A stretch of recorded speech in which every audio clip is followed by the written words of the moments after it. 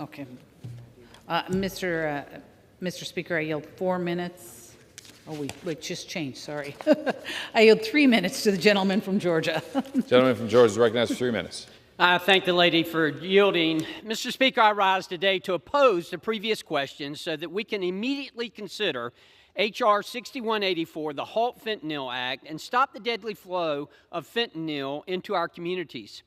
The failure of the Biden administration to control the southern border has resulted in record levels of deadly synthetic drugs like fentanyl pouring directly into American communities.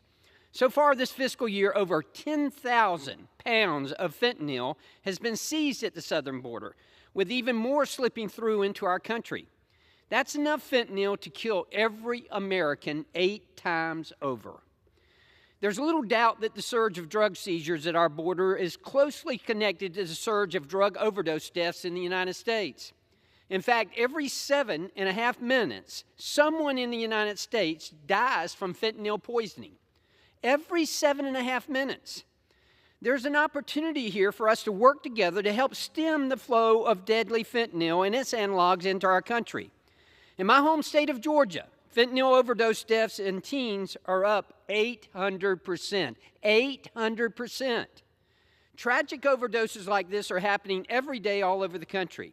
Even the CDC reports that fentanyl is now the leading cause of death in U.S. for adults aged 18 to 45. How can anyone seriously argue that a drug 50 times more potent than heroin and almost always proves to be fatal when ingested should ever be legal? Despite this crisis, the President did not request a single additional penny for the border crisis or the fentanyl crisis in the funding request for the CR. That's despicable. Again, these products are manufactured illegally and are largely brought to the United States through the southern border. To save lives, we must secure the border and halt the flow of fentanyl. I've visited the border several times to see this crisis firsthand. Unfortunately, our president has never visited our southern border, never been there, not even once.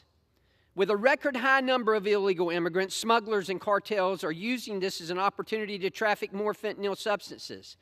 Unfortunately, President Biden and his administration have elected to leave our border wide open, inviting drug traffickers to bring fentanyl substances into the country and distribute it in our streets. This should not be a partisan issue. Fentanyl does not discriminate. It doesn't care if you're a Republican or a Democrat. The individuals manufacturing and distributing fentanyl and its analogs are criminals, and they are killing us. This is not an issue that's going away. It's only getting worse every day. If the president would visit the border, he would be able to talk to the agents firsthand and see for himself just how serious the issue is. Our communities are at risk and our loved ones are dying.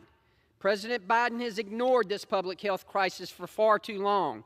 It's past time to make this scheduling classification permanent, and I am proud to support the Halt Fentanyl Act to do just that. Mr. Speaker, let's pass this bill, secure the border, stem the tide of the growing fentanyl crisis, and save lives. Thank you, Mr. Speaker, and I yield back. Gentleman from California is recognized.